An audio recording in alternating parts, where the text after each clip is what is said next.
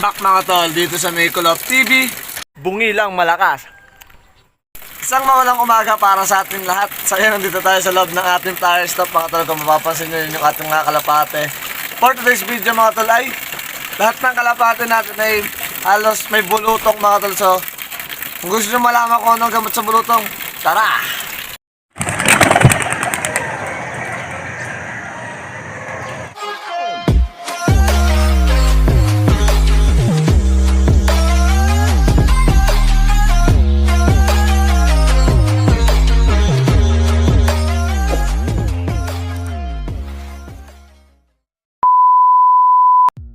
So yun mga tropa, inaabot na tayo ng malakas na ulan. So pumasok muna tayo dito sa loob ng ating tire stop kahit medyo maliit lang. Pero kasyang-kasya naman tayo. Tapos yan no, patibay yan mga tol. So ang mga kalapate natin mga tol, so yung mga YB natin na pang NDR, tsaka yung mga ano natin, sina Lumpia, Shanghai at Toron, pati si Paki the Second, si Bait the Second ay may bulutong mga tol. So ano ba ang gamot sa bulutong mga tol? Tapos bago ko muna pala sabihin sa inyo yung gamot, saan nga ba nang gagaling ang bulutong mga tol? So, ang pagkakaalam ko mga tol, ang bulutong ay nanggagaling sa lamok. Tapos sa oras na maano ng lamok yung kalapate nyo, tapos yung lamok na yun ay kakagat din sa ibang kalapate. So, doon na magkakamero ng bulutong mga tol. Pero ang bulutong naman mga tol ay hindi nakakahawa mga tol. So, ano nga ba ang gamot sa bulutong mga tol? So, dati ang ginagamit ko mga tol na gamot ay pamintang buo mga tol. 4 hanggang 5 piraso sinusubo ko sa kanila mga tol. Para saan nga ba ang paminta? Ang paminta ay para matuyo agad yung bulutong mga tol. Tapos may isa pa tayong ginagamit mga tol. So ito yung isa natin ginagamit. So effective na to mga tol. So anti-pox. Galing to sa Biopigeon Bioresearch nung nagpunta kami ni Pao. So yan no. So effective na to mga tol kasi nagamit na namin to dati ni Pao. So natutuyo agad yung bulutong tapos mabilis mawala mga tol. So yan o, anti-pox. So yan, sa mga gusto nung kumuha nito, punta lang kayo sa Biopigeon mga tol. Hindi ko lang alam kung magkano to. O yan o, tali, ano, anti-pox. O yan mga tol. So yan mga tol, papakita ko sa inyo yung may mga bulutong sa atin. So yan mga tropa ko, medyo malakas-lakas na ang ulan. So nandito pa rin tayo sa loob ng ating lock. Tapos, papakita ko sa inyo may mga bulutong sa atin mga tol. So, ang una natin nalagyan muna ay si Toron muna. Ay, si Toron. O nga, si Toron muna mga tol. So, ang bulutong niya mga tol ay andito sa paa. So, yan o. Ito o. Yan. Paano ba gamitin yung anti-pox na yun mga tol? So, titignan muna natin kung madaming bulutong to mga tol. Para iisang lagayan na.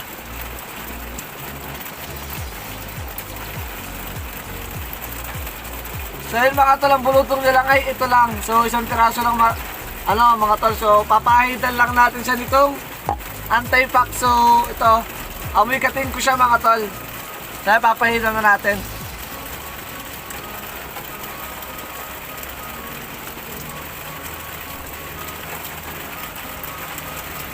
Ganito lang kadali yung pag gamit nitong anti-pox mga tol. So ipapahid mo lang siya. So amoy big siya mga tol. So napahitan na natin to si Toron.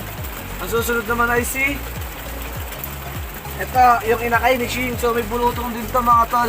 So napakalaki ng bulutong niya. So yan o, nasa mukha yung bulutong mga tol. So lalagan, papahitan lang din natin ito.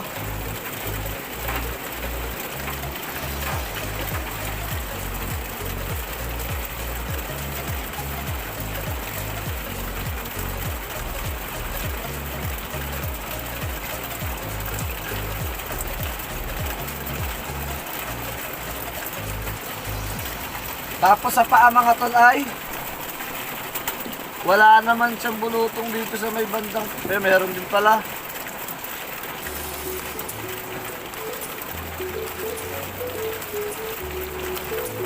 Tutungo pa lang mga tol.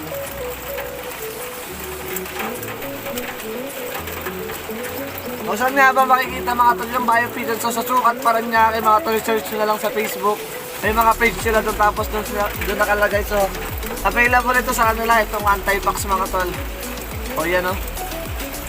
anti-pax para sa bulutong lang kalapate mga tol. Kung wala naman kayong budget na pambili dito, pwede na naman kayo gumamit ng ng pamintang buo mga tol. 3 to 5 pieces kada isang kalapate mga tol. So isusubo nyo. Parang gamot lang mga tol. Ayan. Ano? Kailangan matuyo agad yung kanilang mga bulutong mga tol. So sunod natin lalagyan na si Paki na second mga tol. Ayan, isa-isa ko na rin papakilala sa inyo yung ating mga kalapate. So ang bulutong ni Paki na second, so napakalaki mga tol. So ayan o, nasa likod ng tuhod niya mga tol.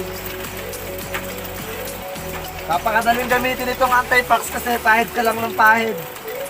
Ano? Papahidan nila ng papahidan mga tol. Ayan o.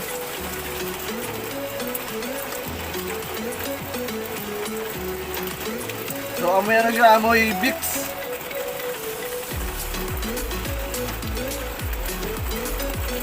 Ayan mga tol, gaya lang kadali yung paggamit ng anti-pax mga tol. So ang isusunod naman natin ay yung pinaka-inibite na checker. So napakadaming bulutong nito mga tol. So ito oh, isa sa mga pang NDR natin. So may bulutong siya, nasa mukha. So ayan, bukol, tapos meron din siya dito sa may pakpak niya. Okay, nawala. So ayan, medyo gumaling na. Ayan o. Ayan o mga tol, kita-kita nyo naman. Papahidan din natin yan.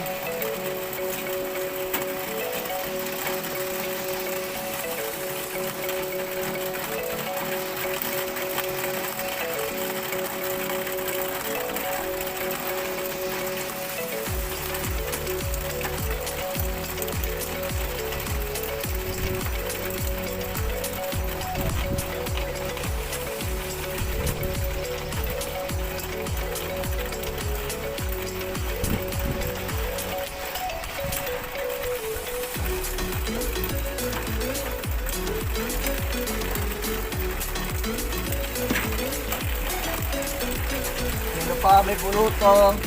So maghahanap muna tayo mga tol lang, may bulutong pa. Sino pa? Bulutong.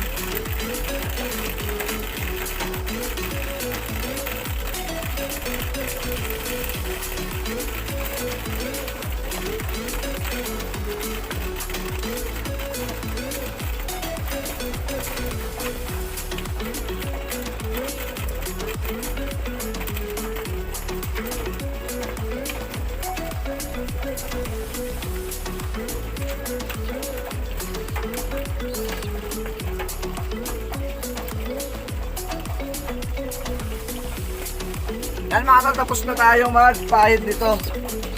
So nitong anti-pax, napakadali lang gamitin. O napakasulit nito kasi effective na effective to mga tol. Wala pang 1 week.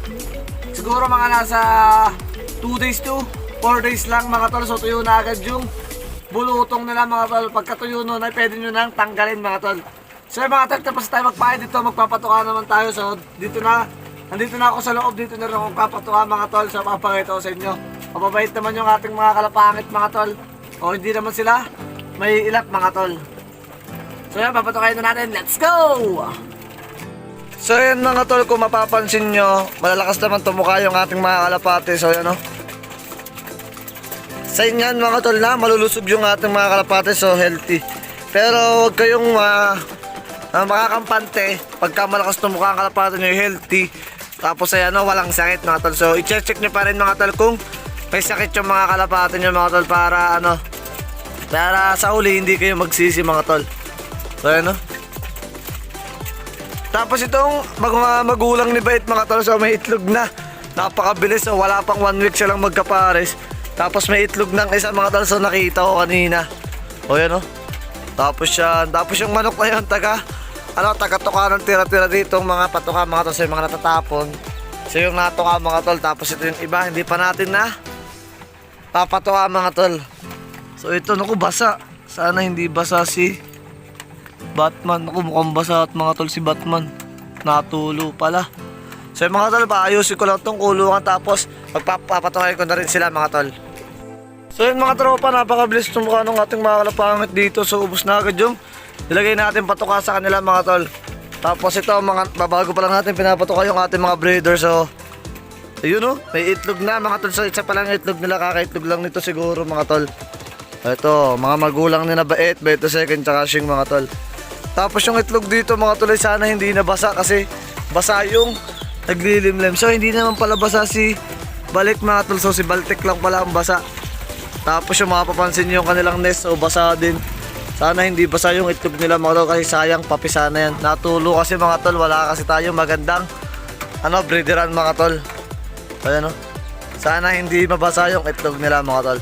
So mga tol, ako iaalis muna at may bibilhin ako. So sasabihin ko sa inyo mamaya pagbalik ko kung ano yung bibilhin natin mga tol. Let's go. So yun mga tol, nakauwi na ako. Tapos ang binili natin ay ito Bitmin Pro mga tol. So itong Bitmin Pro ay napakaganda mga tol kasi may ang kasama dito mga tol ay multivitamins, minerals, electrolyte, amino acid at higit sa lahat may probiotics na mga tol. So kompleto Ricardo siya mga tol. So Bitmin Pro napakaganda. So suggested lang to, sinuggest lang din to sa atin ng ating mga kilalang pan-share mga tol. So Bitmin Pro, makikita nyo naman dyan may manok, baboy, sisiu, tsaka kalapate mga tol. So napakaganda nito. So ito nang gagamitin natin. Bumili tayo ng 5 piraso mga tol. So napakamura, 20 pesos lang mga tol. So ito yung binili natin. So Bitmin Pro mga tol. So pwede pang pasalubong sa ating mga kalapate pagkagaling ng karera. Pwede rin natin painumin araw-araw gamitin Bitmin Pro. Nakalagay water soluble powder, health enhancer, immunity enhancer, energy enhancer, anti-stress enhancer, digestion enhancer, growth enhancer mga tol. So iwas bansot din to mga tol. Ayan Bitmin Pro mga tol. So mga tol, hanggang dito na lang muna yung ating video. So bago ko ito tapusin, batiin muna natin yung mga nagpapabati kasi malaki na ang utang ko sa inyo mga tol. Let's go!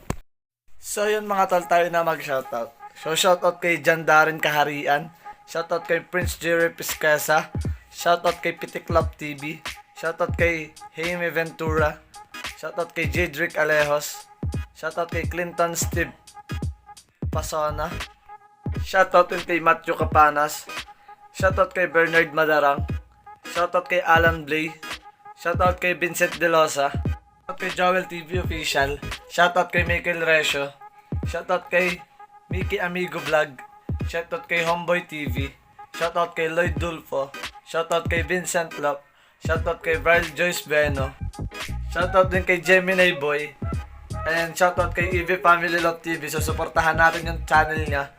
Shoutout din kay Bugoy Pigeon TV, suportahan din natin channel niya.